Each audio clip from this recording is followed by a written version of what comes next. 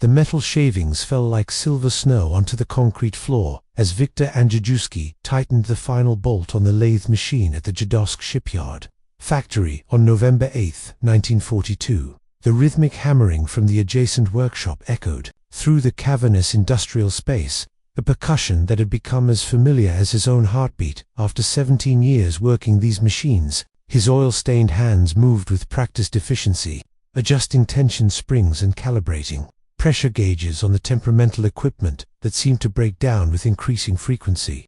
The 44-year-old factory mechanic had memorized every gear, every bearing, every peculiar vibration of the machinery under his care. He knew which lathes ran hot, which presses developed hairline cracks under stress, and which conveyor systems required constant adjustment to maintain their rhythm. But the hydraulic press in Bay 7 had been exhibiting problems that his methodical mind couldn't explain through normal mechanical failure. The pressure readings fluctuated in patterns that defied the laws of physics he'd learned through 2 decades of hands-on experience.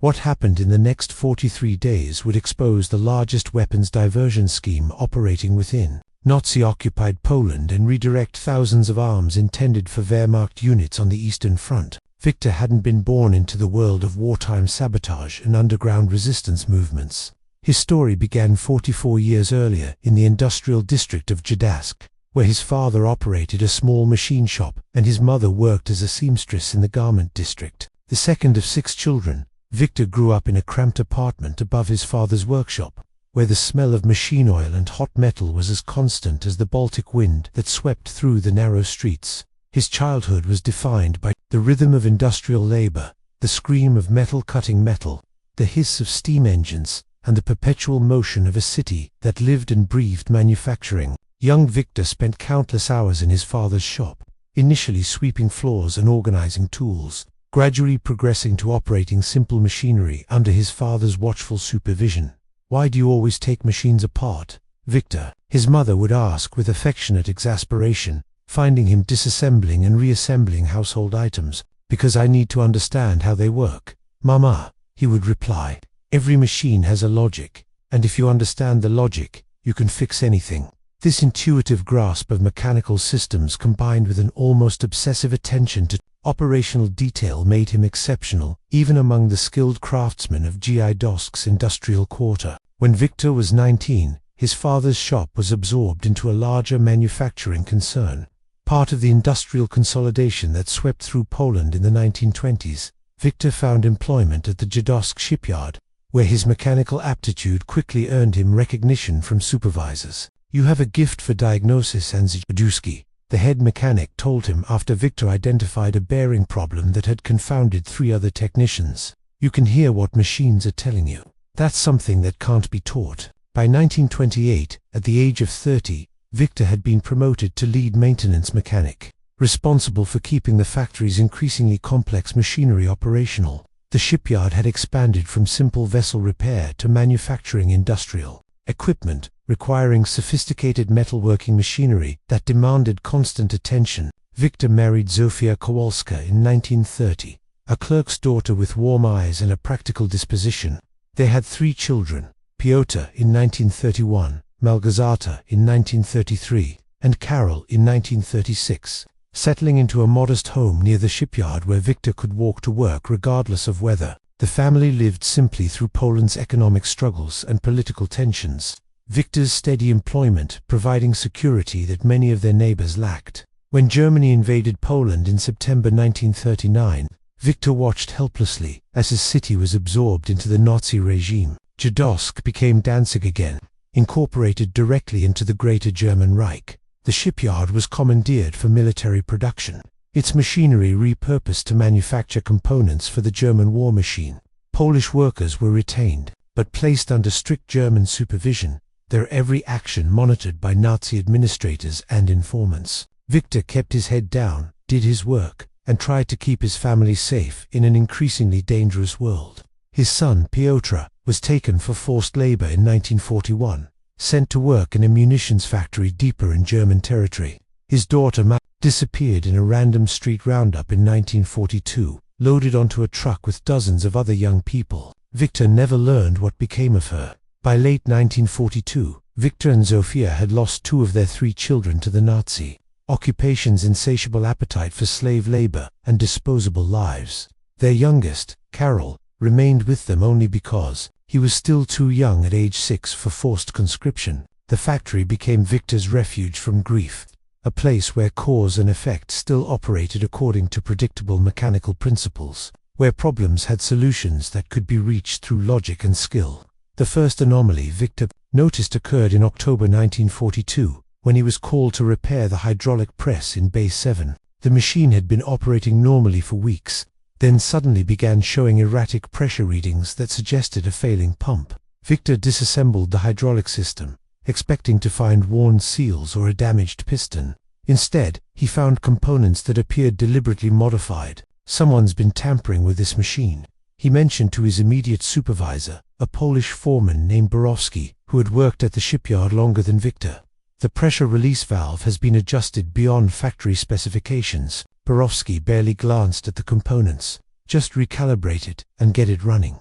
We're behind quota, and the German administrators are threatening punishment details if we don't meet production targets." Victor recalibrated the press, but the incident nagged at him. Hydraulic systems didn't modify themselves. Someone with mechanical knowledge had deliberately altered the machine's operating parameters. Over the following weeks, Victor began noticing other peculiarities. Tools went missing from locked cabinets that only maintenance personnel could access. He found metal filings in locations that made no sense given the factory's workflow patterns. Most puzzling were the discrepancies he observed in the raw material inventory logs. He occasionally reviewed when requisitioning replacement parts. The factory was consuming approximately 8% more steel stock than its production output could account for, a mathematical impossibility unless material was being diverted somewhere. Victor was not political by nature, had no connections to the underground resistance movements that he knew operated secretly throughout occupied Poland, but he possessed a methodical mind that couldn't ignore patterns that violated logical consistency. He began keeping informal notes, documenting the anomalies he observed, recording them in a small notebook he kept hidden in his toolbox. On November 8th, Victor was performing routine maintenance on a vertical milling machine when he made a discovery that transformed his vague suspicions into concrete concern. While cleaning metal fragments from beneath the machine's base, his hand encountered something that shouldn't exist in that location: a carefully concealed compartment built into the machine's framework. Inside the compartment were 3 items: a Wehrmacht officer's Luger pistol with filed-off serial numbers, a box of ammunition, and a folded document covered in technical specifications and German military codes. Victor's blood ran cold. He was holding contraband that would result in immediate execution if discovered by German security forces. His first instinct was to return the items to their hiding place and pretend he had never found them. But his methodical mind was already processing the implications. Someone was using the factory's machinery to hide weapons, but for what purpose? To smuggle them out of the factory, to use them for sabotage or resistance activities. And why hide them inside the machinery itself, rather than in less detectable locations? Victor carefully returned the items to their compartment, replaced the access panel exactly as he had found it, and continued his maintenance work as if nothing had happened. But that night, lying awake beside Zofia in their darkened bedroom, he couldn't stop analyzing what he had discovered. The weapons hadn't been there long. The hiding place showed recent construction based on the fresh metal shavings still present. The ammunition was new production, not old stock. The documents were technical specifications for weapons systems currently in production at other German facilities. The pieces formed a puzzle Victor couldn't solve, but he knew with absolute certainty that something significant and dangerous was occurring within the factory walls. The historical context of Victor Andrzejewski's situation cannot be understood without appreciating the complex industrial operations within Nazi-occupied Poland during World War II. By 1942, Germany's military-industrial complex had been strained to breaking point by the demands of simultaneous operations across multiple fronts. The invasion of the Soviet Union in June 1941 had created unprecedented requirements for weapons, ammunition, and military equipment. German factories worked around the clock, supplemented by hundreds of captured industrial facilities throughout occupied Europe. The Jadowsk shipyard, rechristened Danziger Werft under Nazi administration, had been converted into a critical manufacturing node for artillery components, small arms parts, and mechanical systems used in military vehicles. The facility employed over 3,000 workers, a mixture of German supervisors and technicians, Polish forced laborers, and skilled craftsmen like Victor, whose expertise was too valuable to waste, despite their occupied nationality. Security at such facilities was theoretically intense. German military police conducted random searches, informants monitored worker conversations, and production quotas were tracked with obsessive precision to prevent sabotage or material theft. Yet the sheer scale of operations across occupied territories created opportunities for exploitation that would have been impossible in peacetime conditions. Allied intelligence services desperately sought information about German weapons production. Resistance movements throughout occupied Europe conducted sabotage operations targeting military manufacturing, and, inevitably, corruption emerged within the Nazi administrative apparatus itself, as officers and civilian officials recognized opportunities for personal enrichment through black market diversion of military materials. By late 1942, Allied intelligence had received fragmentary reports suggesting that significant quantities of German weapons were being diverted from production facilities in occupied Poland. The weapons weren't being sabotaged or destroyed, they were simply disappearing from inventory, presumably being sold on black markets that had emerged throughout war-torn Europe. The British Special Operations Executive and the Polish government in exile in London were particularly concerned about these reports. If weapons intended for Wehrmacht units were being systematically diverted, understanding the mechanism and scale of that diversion could provide valuable intelligence. Moreover, if a diversion network existed, it might potentially be exploited or manipulated to Allied advantage. But identifying the specific facilities, methods, and individuals involved seemed impossible. The Nazi security apparatus was formidable. Resistance networks in Poland were stretched thin fighting for survival, and gathering industrial intelligence from inside heavily guarded facilities seemed nearly impossible. What Allied intelligence couldn't know was that the key to unraveling one of the largest diversion operations in occupied Poland would come not from a trained intelligence operative or a dedicated resistance fighter, but from a factory mechanic whose only special qualification was his inability to ignore mechanical anomalies that violated logical consistency. Victor spent the next week in a state of heightened awareness, observing the factory floor with new eyes while maintaining his usual maintenance routines. He noticed things that had previously seemed insignificant, certain workers who seemed to have access to areas beyond their normal duties, subtle signals exchanged between individuals who otherwise appeared to have no connection, and timing patterns in break schedules that created brief windows when specific areas of the factory were less supervised than usual. On November 15th, Victor observed something that connected several previously disparate observations. He was repairing a conveyor system near Bay 7 when he noticed Werner Kloss, one of the German production supervisors, engaged in an intense conversation with a Polish worker named Tomek Kowalczyk. The conversation itself wasn't unusual. German supervisors frequently directed Polish workers. What caught Victor's attention was that Kloss handed Kowalczyk a small package, an exchange that happened quickly and with obvious intent to avoid observation. Victor knew Kowalczyk slightly, a metal worker who operated the cutting equipment in Bay 5. He also knew that Kowalczyk had a reputation for being able to acquire items that were otherwise impossible to obtain under wartime rationing: extra food,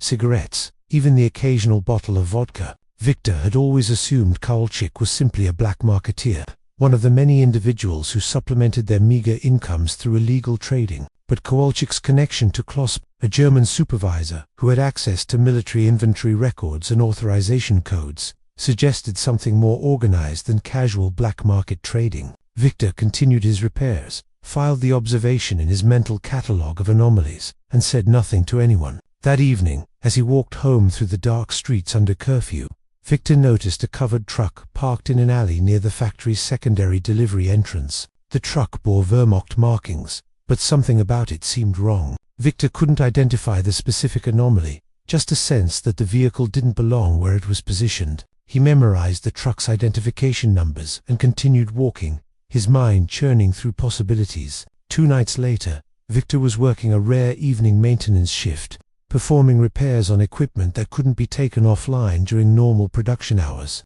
Around 10:30 p.m., he heard the sound of machinery operating in Bay 7. Where production had officially ceased at 8 p.m., Victor moved quietly toward the bay, staying in the shadows, and observed a scene that crystallized all his previous suspicions into horrifying clarity. Werner Kloss and 2 other German supervisors were operating the hydraulic press, working with Tomek Kauczyk and 3 other Polish workers to manufacture components that Victor immediately recognized as parts for Luger pistols. But these weren't official production runs authorized by the factory's German administrators. The men were using diverted raw materials to manufacture weapons off the books, creating inventory that existed nowhere in official records. Victor watched from concealment as the team worked with practiced efficiency, manufacturing components, performing quality checks, and packing finished items into unmarked crates. The operation ran for approximately 40 minutes, then ceased as quickly as it had begun. The workers cleaned the machinery, removed evidence of their activities, and departed through different exits, their timing suggesting careful planning to avoid observation. Victor remained hidden for another 20 minutes after the last worker departed, his mind racing through implications. What he had witnessed wasn't sabotage or resistance activity. It was theft on an industrial scale. Germans and Polish collaborators working together to divert military weapons for profit. The weapons being manufactured during these illicit night shifts would presumably be sold on black markets, generating enormous profits for whoever was organizing the operation. Victor faced an impossible decision. If he reported what he had witnessed to German authorities, he would be exposing fellow Polish workers to certain execution. But those workers were collaborating with German supervisors to steal military weapons, an operation that ultimately served neither the resistance nor the Allied cause. The diverted weapons could end up anywhere, sold to criminal organizations, traded for other black market goods, or even potentially sold back to German military units by corrupt supply officers. Victor had no connections to the Polish resistance, no knowledge of how to contact underground networks that might know how to handle this information. What he did have was a brother-in-law named Alexander Wyszynski, who worked as a clerk in the city administration offices. Alexander had occasionally dropped hints, suggesting he had connections to resistance activities, though he had never spoken directly about such matters, given the constant danger of informants. On November 18th, Victor arranged to visit Alexander at his home, a modest apartment in a neighborhood that had been heavily damaged during the initial invasion. After ensuring they were alone, and that Zofia understood this was a private conversation, Victor described what he had observed, carefully omitting no details. Alexander listened without interruption, his expression growing increasingly grave. When Victor finished, Alexander was silent for a long moment. "What you're describing could get everyone involved executed," Alexander finally said. "German supervisors stealing military weapons while working with Polish collaborators. The Nazi security apparatus would respond with mass reprisals."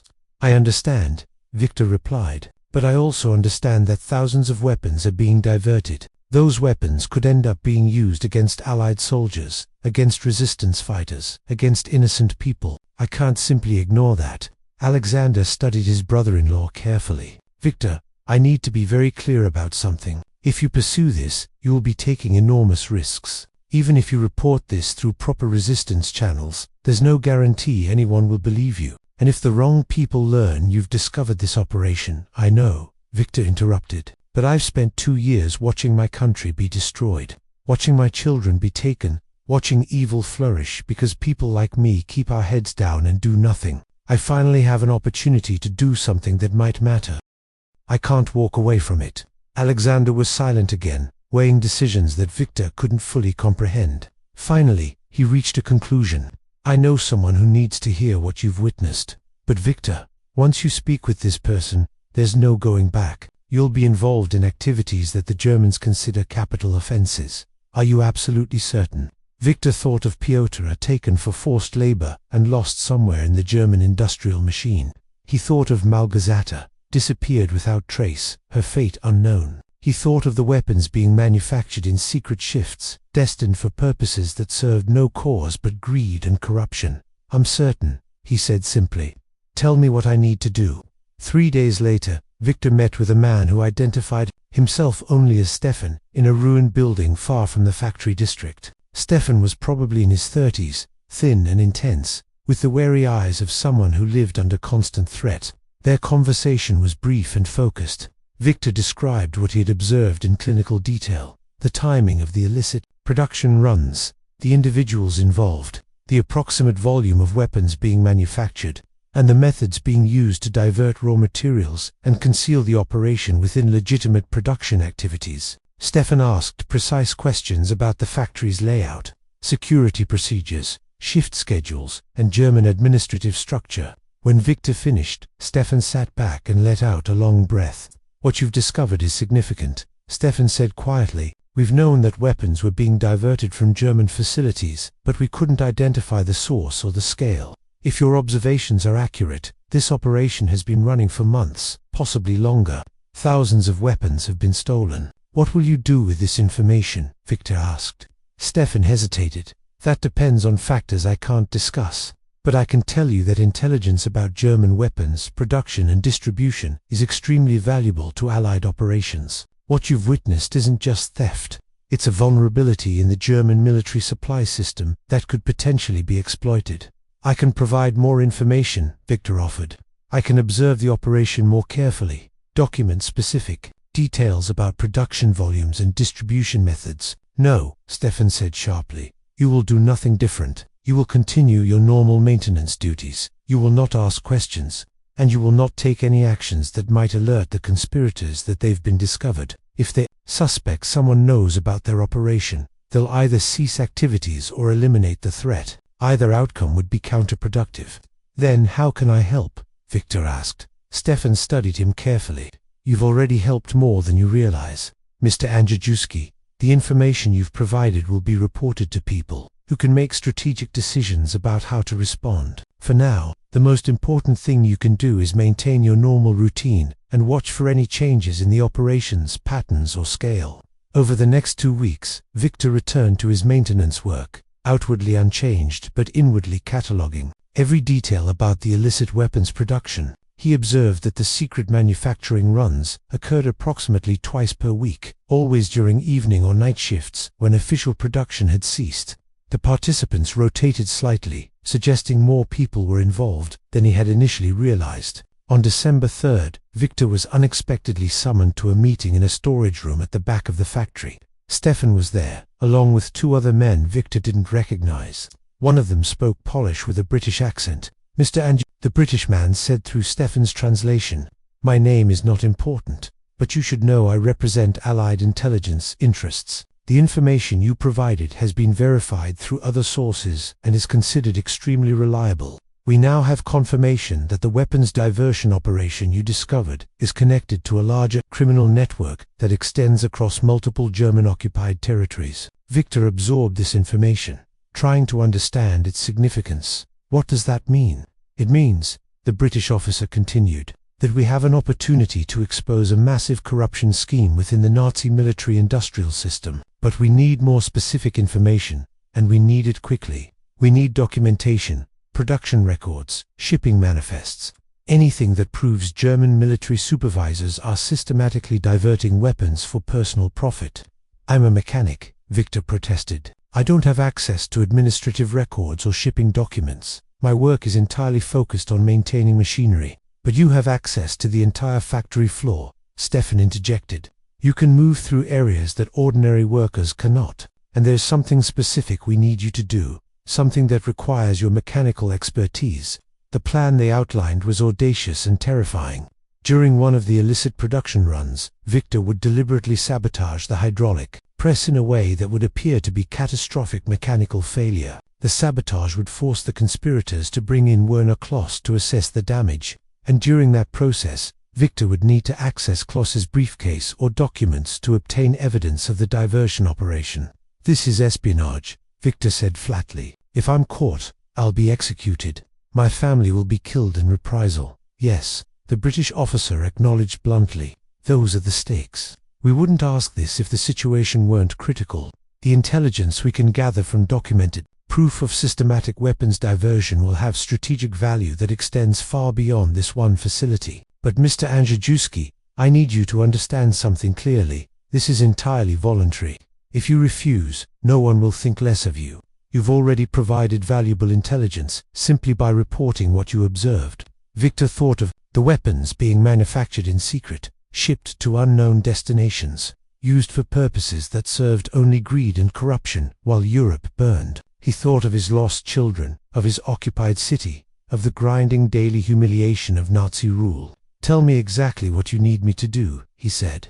The operation was scheduled for December 11th, during a night shift when Victor knew from observation that the conspirators planned another illicit production run. Victor would be working legitimate maintenance during the evening, giving him reason to be in the factory when the secret operation commenced. At approximately 10:45 p.m., after the illicit production had been running for about 20 minutes, Victor would introduce a specific type of hydraulic failure that would cause the press to seize completely, requiring immediate expert assessment to determine whether the machine could be salvaged or would need to be replaced. The failure would be dramatic enough to force the conspirators to involve German administrators, but would be repairable by Victor once he had accomplished his objective. On the evening of December 11th, Victor reported for his shift with a stomach that churned with anxiety. He performed his normal maintenance duties, forcing himself to maintain the same methodical routine he had followed for 17 years. Around 10:20 p.m., he observed the familiar pattern: Werner Kloss and his collaborators entering Bay 7, beginning their illicit production run. Victor waited until 10:43 p.m., then made his move. He entered Bay 7 carrying his toolbox, approaching the hydraulic press as if responding to a reported problem. The conspirators froze when they saw him, hands moving toward concealed weapons. "There's a pressure fluctuation in the hydraulic system," Victor announced loudly, as if this were a routine maintenance call. "I need to stabilize it before you continue, or you risk a catastrophic failure." Kloss hesitated, clearly weighing whether to kill Victor immediately or allow him to proceed. Victor didn't give him time to decide, moving directly to the hydraulic press and beginning to work. His hands moved through practiced motions, but he was deliberately loosening specific bolts while appearing to tighten them, introducing a critical misalignment that would cause complete system failure within minutes. "This will take 10 minutes, Victor announced. "You should pause production until I've completed the adjustment." He finished his sabotage and withdrew, leaving Bay 7 and returning to his workstation in another part of the factory. He waited, counting seconds in his head. At 10:51 p.m., he heard it, the distinctive sound of catastrophic hydraulic failure, a combination of explosive decompression and metal-on-metal grinding that echoed through the factory.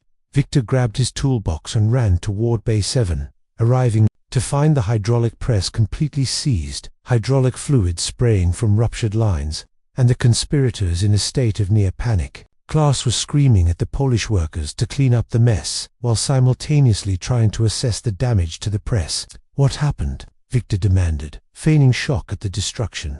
"The hydraulic system exploded," Klaus snarled. "You were just working on this machine. What did you do?"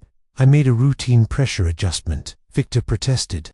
"This shouldn't be possible unless there was a fundamental flaw in the system that I couldn't have detected without complete disassembly." For the next 20 minutes, chaos reigned. Kloss sent runners to wake other German supervisors, who arrived angry and confused about why production was occurring during over. The conspirators attempted to conceal evidence of their illicit activities, while simultaneously dealing with the mechanical crisis. Victor used the confusion to position himself near Kloss's briefcase, which the German supervisor had set down while assessing the damage, while everyone's attention was focused on the destroyed press.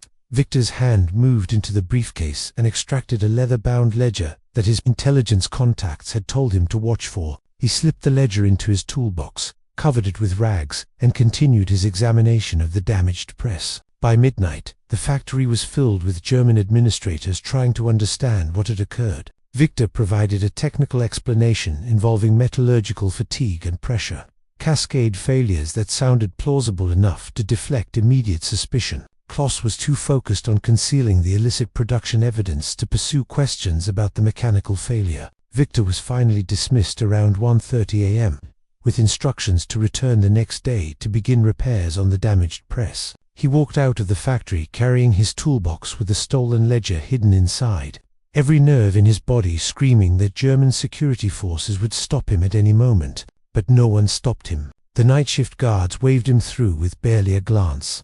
Accustomed to seeing Victor come and go at all hours to handle mechanical emergencies, Victor walked through the dark streets toward the predetermined meeting location. a damaged warehouse 3 blocks from the factory. Stefan was waiting in the shadows. Victor handed over the ledger without a word, his hands shaking with delayed reaction to the stress of what he had just accomplished. Stefan opened the ledger, using a shielded flashlight to examine its contents. His expression shifted from concentration to something approaching awe. "This is extraordinary," Stefan murmured. "This documents every illicit production run for the past 8 months. Dates, quantities, destinations, profits, participants, everything. Will it be enough?" Victor asked. "It's more than enough," Stefan replied. "This evidence exposes systematic corruption involving at least 7 German officers and administrators, documents the diversion of over 12,000 weapons, and provides proof that German military supervisors have been systematically defrauding their own military supply system. The political and intelligence value of this information is beyond measure." "What happens now?" Victor asked. Stefan closed the ledger carefully. "Now you return to your normal life and wait. Do not change your behavior in any way. Repair the hydraulic press as instructed. Continue your maintenance duties. Give no indication that anything has changed. And Klaus, the others involved in the diversion, they'll be dealt with," Stefan said cryptically, "but not immediately, and not in ways that will connect back to you. Your role in this operation ends tonight, Mr. Andrzejewski. What happens next is beyond your involvement." Victor returned home as dawn was breaking, exhausted and terrified, but also feeling something he hadn't experienced in years, a sense that he had struck a blow against the machinery of oppression that had consumed his life, his family, and his country. What Victor couldn't know as he slipped into bed beside Zofia was that the ledger he had stolen would trigger a cascade of consequences that extended far beyond the Jedosk shipyard. The intelligence operation that followed Victor's theft of the diversion ledger unfolded across multiple levels simultaneously. Allied intelligence, working through resistance networks, used the documented information to identify the entire structure of the weapons diversion operation, which extended to at least 9 German-occupied facilities across Poland and incorporated dozens of German military and civilian administrators. But rather than immediately exposing the scheme, Allied intelligence recognized an opportunity. The diversion network represented a vulnerability in German supply chains that could potentially be exploited for strategic advantage. Over the next 6 weeks, Allied intelligence conducted a sophisticated operation they codenamed Broken Forge. Using resistance networks and carefully placed information, they fed the German security apparatus selected evidence, suggesting that the weapons diversion was not merely criminal corruption but was actually connected to Soviet intelligence operations designed to destabilize German military supply systems. This false narrative transformed what should have been a straightforward criminal investigation into a paranoid security crisis within the Nazi administrative apparatus. German counterintelligence, believing they were hunting Soviet infiltrators, conducted sweeping investigations that consumed enormous resources and created chaos within military supply operations across occupied Poland. Officers and administrators turned on each other, each attempting to demonstrate their loyalty by exposing their colleagues' corruption. The resulting paranoia and internal investigations severely disrupted German military production and supply systems throughout the region for months. Meanwhile, the actual resistance networks and Allied intelligence operatives who had orchestrated the exposure operated with unprecedented freedom as German security forces focused their attention on imaginary Soviet infiltration schemes. For Victor, the aftermath was both terrifying and surreal. He repaired the hydraulic press as instructed, a process that took 3 days and required fabricating replacement components. Werner Kloss was arrested on December 18th, along with 4 other German supervisors, officially charged with sabotage and suspected collaboration with Soviet intelligence. Victor learned of Kloss's arrest when he arrived for his shift to find German security police searching the supervisor's office. Tomek Kowalczyk and the other Polish collaborators simply disappeared, presumably executed quietly to avoid drawing attention to the scale of the diversion operation. The factory continued operating under new German administrators, and Victor continued his maintenance duties as if nothing had changed. But everything had changed. On January 3, 1943, Victor received a message through Alexander instructing him to meet Stefan one final time. They met in the same ruined building where their first conversation had occurred, now covered in fresh snow. "The operation was successful beyond our most optimistic projections," Stefan told him. The intelligence you provided has disrupted German military supply operations across this entire region, but more importantly, it's created a climate of suspicion and paranoia within the Nazi administrative apparatus that's proving more damaging than any physical sabotage we could have conducted. What about the weapons that were diverted? Victor asked. Where did they end up? Stefan hesitated. Some were recovered. Others have found their way into various hands throughout occupied Europe. That's a concern, but it's outweighed by the strategic advantage of having exposed the vulnerability. And my role in this, Victor asked, will remain absolutely secret, Stefan assured him. The official German investigation has concluded that Werner Kloss was a Soviet agent who orchestrated the diversion scheme as part of a sophisticated intelligence operation. You will never be connected to the exposure. Your family will remain safe. Victor absorbed this information. I want to do more. If there are other ways I can contribute to the resistance. No, Stefan interrupted firmly. Mr. Andrzejewski, what you've accomplished is extraordinary. But your value now lies in remaining exactly what you appear to be, an ordinary factory mechanic doing his job. If you begin acting suspiciously, or involving yourself in resistance activities, you'll draw attention that could unravel everything you've accomplished. The greatest service you can provide now is to survive, to maintain your normal life, and to be available if we ever need your unique perspective again. Victor never heard from Stefan again. The war continued its grinding course. The factory continued production under increasingly desperate conditions, and Victor continued maintaining machinery that served the Nazi war machine even as he had secretly struck a blow against it. On January 27, 1945, Soviet forces liberated Jadovsk after fierce fighting that reduced much of the city to ruins. The shipyard factory was heavily damaged in the final battle, its machinery destroyed or damaged beyond repair. Victor and Zofia survived by sheltering in their basement, emerging to find their city shattered but finally free of Nazi occupation. In the chaotic months following liberation, Victor learned that his son Piotr had survived forced labor and was returning home from a camp in Germany. His daughter Malgozata's fate remained unknown. One of millions whose stories ended without resolution in the chaos of war. Victor returned to work at the shipyard, now operating under Polish administration and focused on reconstruction rather than military production. He was offered promotion to supervisor, but he declined, preferring to remain a maintenance mechanic. The work was familiar, comforting in its logical consistency. In 1947, Victor received an unexpected visit at the factory from a well-dressed man who spoke Polish with a British accent. The man identified himself as an official with the British Foreign Office, though Victor suspected his actual affiliation was with intelligence services.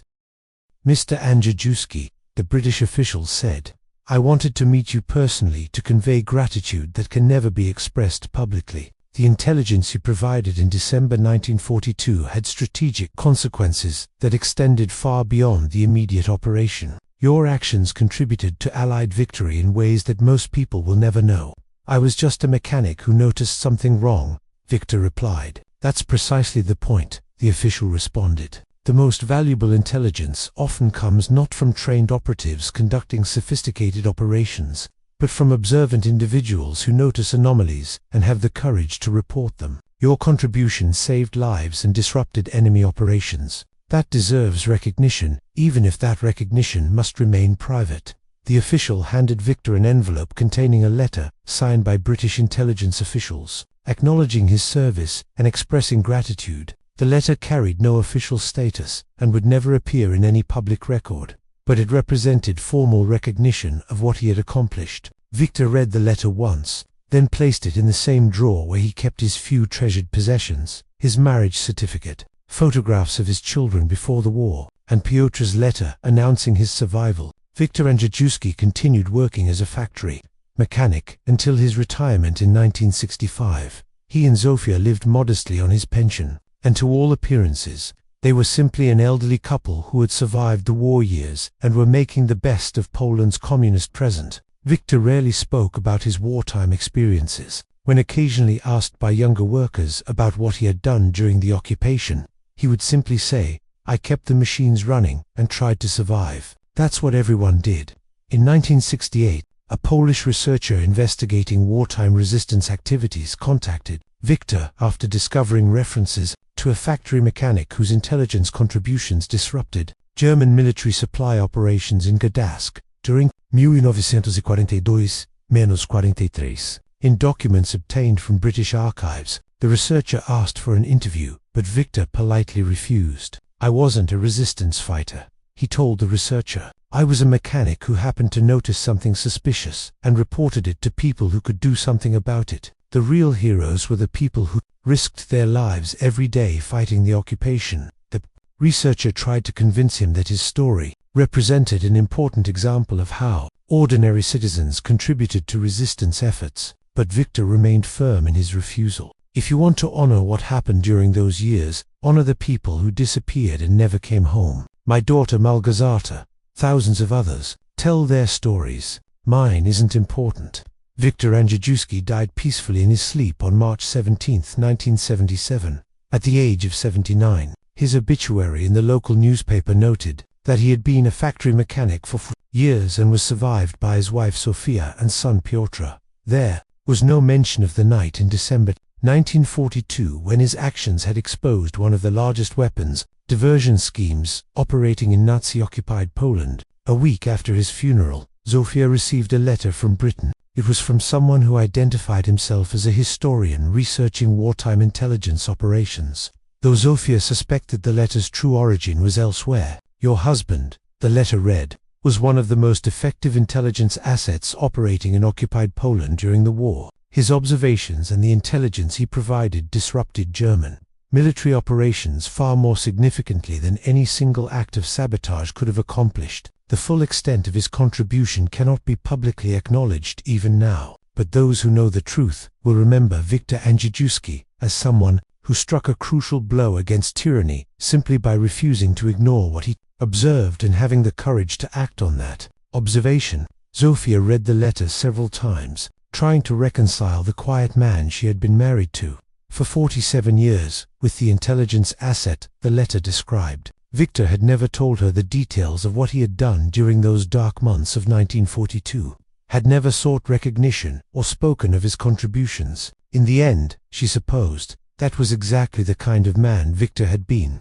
Someone who did what needed to be done and then returned to his ordinary life without expectation of reward or acknowledgement. The full extent of Victor Andrzejewski's contribution to Allied intelligence operations remained classified until 2003, when the British government declassified documents related to Operation Broken Forge. A comprehensive analysis by intelligence historians revealed that the weapons diversion exposure had triggered a cascade of consequences throughout German military supply operations in occupied Poland. The paranoia and internal investigations that followed consumed an estimated 15,000 man-hours of German counterintelligence effort that would otherwise have been directed at actual resistance activities. The disruption to supply systems contributed to equipment shortages that affected German operations. On the Eastern Front during critical months of 1943, conservative estimates suggested that Victor's intelligence contribution had indirect effects on operations, involving tens of thousands of German military personnel, creating strategic advantages for Allied and Soviet forces that extended far beyond the immediate tactical victory of exposing a corruption scheme.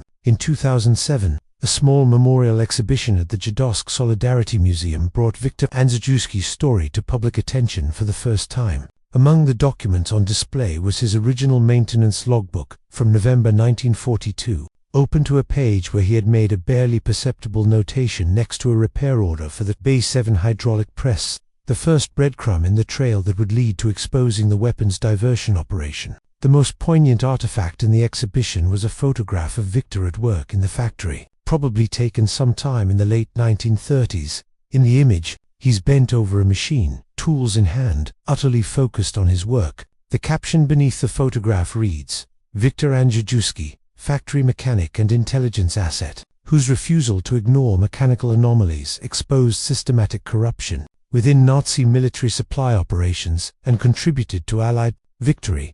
What makes Victor Andrzejewski's story so powerful is not merely what he accomplished, but how he accomplished it. In a war defined by massive military operations and sophisticated intelligence networks, it was simple observation and mechanical expertise that exposed a critical vulnerability in the German war machine. Victor had no special training, no advanced espionage skills at his disposal. His only extraordinary quality was his inability to ignore patterns that violated mechanical logic, and his willingness to risk everything to report what he had discovered. His story reminds us that history often turns not on the grand actions of famous figures, but on the quiet decisions made by ordinary people who simply refuse to look away when they notice something wrong. It shows us that courage doesn't always wear military uniforms or conduct dramatic operations. Sometimes it looks like a factory mechanic who can't ignore a faulty machine and refuses to accept easy explanations for anomalies that don't make sense. The legacy of Viktor Andrzejewski's actions extends beyond the immediate military impact.